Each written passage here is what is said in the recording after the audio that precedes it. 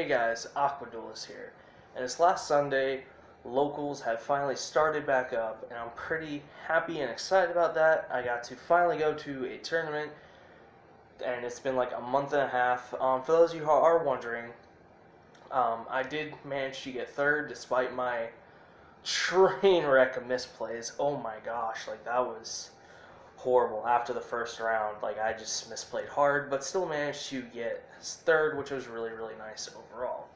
Now before Crush Card Virus came earlier this year, and locals just kind of stopped, I ordered myself 3 copies of Necrovalley and Gravekeeper's Commandant to side in Ballpark. Now some of you are probably wondering, Necrovalley and Ballpark, what the are you thinking? But hear me out. The reason why I ended up getting it I ended up ordering these and trying it out is because of one particular initially because of one particular matchup, which is the Zombie World, Zombie Horde, Structure Deck, Strategy, whatever you want to call it, that thing right there.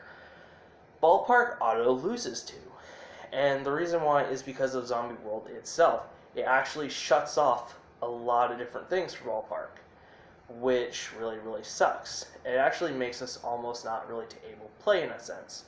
So, my initial thought was, if I can't play, you can't play. Despite me already having just so much back row removal, it's crazy. Necrovalley actually did much better, and it did absolutely amazing. And I realized that locally, half the meta here we have, Necrovalley actually hits. So I'm going to go into essentially why, more in depth on just Necrovalley itself, on why you should side, why and if you should side it, and what to particularly side out. So we're going to go ahead, jump right into this. Alright guys, so a good bit of the time when siding in Necrovalley, you're also going to be wanting to side in 3 copies of Artifact Lancia. It's basically there in case if you don't see Necrovalley turn 1, because if you're siding in Necrovalley, you're going to be wanting to go first. If you're using it for mainly to keep your opponent from banishing stuff, Artifact Lancia is pretty nice as a little temporary, just kind of one turn kind of thing. And you're also going to be wanting to side in 3 copies of Gravekeeper's Commandant, which searches out Necrovalley. And then you're going to obviously want to play 3 copies of Necrovalley. Now, why would you want to side in Necrovalley, or when would you want to? So basically, if you're playing something like the Zombie World strategy, which shuts down Ballpark, Necrovalley actually hurts Ballpark worse than, Necrovalley actually hurts the Zombie World strategy more than the Zombie World hurts Ballpark. If they have Zombie World on the field, it shuts us off from most of our plays, but if we have this on the field, it actually stops the Zombie World strategy entirely. They actually can't really do anything, and it becomes like a very old 2002 beatdown kind of thing, which is actually really cool and fun. In particular matchups, also, where if your opponent is just recycling so much non-stop from the graveyard, for instance, when I was playing against Rockets for the most part, what my opponent was mostly doing was just recycling the same 3 monsters from the graveyard, linking them, recycling, linking. That's basically what it was. Which I don't know if that's all rocket decks or what. To be honest, I barely ever get to play against that deck in particular, so I don't pay too much attention to them, I guess you could say. I would have sided this in that matchup as well, as it would just really hinder their plays. Now the thing is, if you're siding this in, you're not going to want to side out, Ballpark and a copy or a playset of one of the vanillas. You're actually going to want to side out something much different. Going off of my build, which is still the same from the second place deck profile, I'm going to want to side out the lightning storms, or the ash blossoms, or the kaiju engine, depending on, what matchup it is, why, determining why I'm siding in Necrovalley. Now, in the case of the zombie world, I actually sided out all of this except one kaiju, and I sided in what you saw here, and 3 copies of evenly matched as, just in case.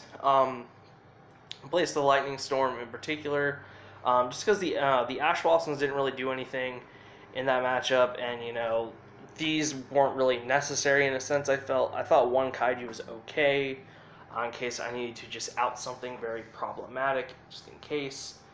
Didn't really come up, so yeah. But these in particular is what I'd look to side out. The reason why you don't want to be siding out, a ballpark and such, is because going with this, siding out, whatever you need out of this in particular, going off my build, you're able to essentially kind of control your opponent in a sense. You can flop back and forth between Necrovalley and Ballpark, which is actually really, really nice. Effectively, on your opponent's turn, just not letting them, play or even just go full capacity, and having the Ballpark for when you go again, when it's your turn, just playing it, tearing down their very mediocre board if they have one established, and just easy OTKing is pretty crazy, and it's really freaking cool. And no one's just gonna expect this at all. No one's gonna expect that little bit of a control aspect. And even if you don't have you play the Necrovalley, and or you have the Necrovalley down, you play the Ballpark. If you don't have another Necrovalley in hand, the Lancia becomes really, really nice, especially in a matchup where you're just trying to prevent, like Zombie World, you're trying to prevent your opponent from banishing stuff to get, all their cool stuff. This becomes really, really nice. So, yeah. That also really, really helps.